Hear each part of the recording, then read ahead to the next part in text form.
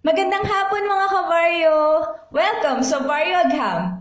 Tayo ay nasa ikatlong bahagi na ng pagtalakay natin sa Polymers. Ako si Riza, ang host nyo para sa linggong ito. Ang Barrio Agham ay inihahandog sa inyo ng Pueblo Science at Pueblo Science Philippines. Kami ay mga scientists at engineers na naglalayong iangat ang antas ng science education sa ating bansa. Bisitahin ang aming Facebook page at website para sa karagdagang kaalaman. Para sa mga hindi pa nakakapanood ng una at ikalawang bahagi ng ating programa sa linggong ito, maaari nyo itong mapanood sa aming Facebook page.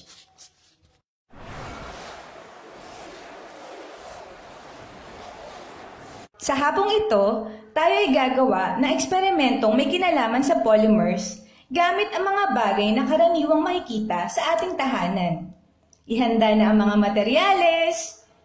Ang kakailanganin natin sa experiment na ito ay liquid detergent o kaya naman ay borax, glue, tubig, plastic containers, plastic spoons, at food coloring.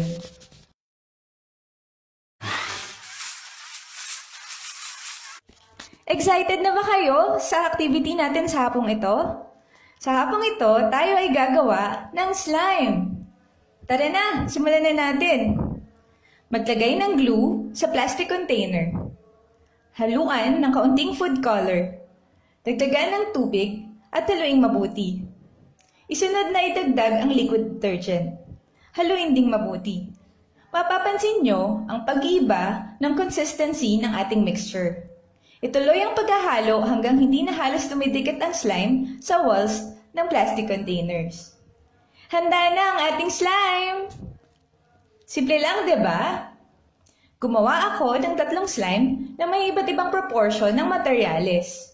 Ang slime A ay may tig-iisang kutsara ng glue, tubig, at detergent. Ang slime B naman ay may tig-dalawang kutsara ng glue at detergent at may isang kutsarang tubig. Habang ang slime C ay may 2 kutsara ng glue, 1 kutsarang tubig, at 3 kutsara ng detergent. Ano kaya ang pagkakaiba-iba ng mga slime na magagawa natin gamit ang iba't ibang proportions na ito? So mapapansin nyo, ang slime A ay malabnaw. Ito ay dahil masyadong mataas ang water content ng slime na to. Ang slime B naman ay mas madikit. Mas katulad ito sa texture at consistency ng mga laruang slime na mabibili sa tindahan. Ang slime C naman ang pinaka-firm at buo sa tatlong slime na ating nagawa. Bakit kaya? Alamin natin ang chemical reaction sa paggawa ng slime upang masagot ang katanungang ito.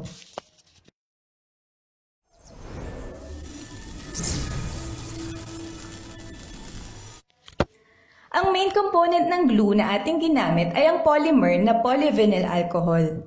Nagdagdag tayo ng detergent.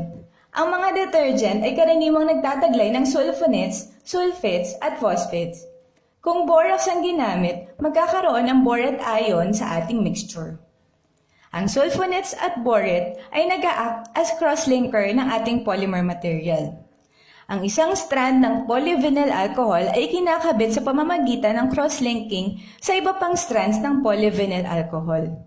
Ito ang dahilan kung bakit mula sa pagiging malabnaw ng water-glue mixture natin, nagiging malapot ito pagkatapos haluan ng cross-linker, which is yung detergent.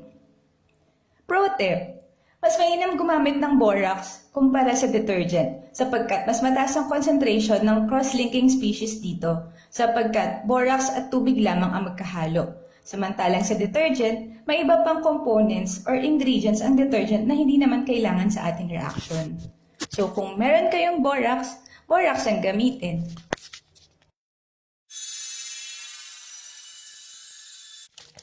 Dahil ang atang may alam sa Barrio Agham, dagdagan pa natin ang ating kaalaman. Mapapansin nyo na ang slime ay nahahawakan at napaglalaruan sa ating mga kamay. Gayunpaman, kung iiwanan ito sa ibabaw ng mesa, ang slime ay nag-i-spread sa surface kung saan ito nakapatong.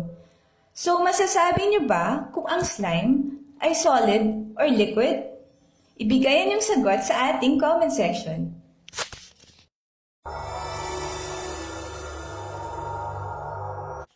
At dito na po nagtatapos ang activities at discussions natin tungkol sa polymers. Sana ay nag-enjoy kayo at higit sa lahat, sana ay bago kayong natutunan. Kung may activities or topics kayo na gustong mapanood sa mga susunod naming episodes, mag-comment lang or mag-send kayo ng message sa amin. Maraming salamat. Muli ito po si Riza, ang host sa linggong ito. At laging tatandaan, sa Barrio Agham, angat ang may alam. Paalam!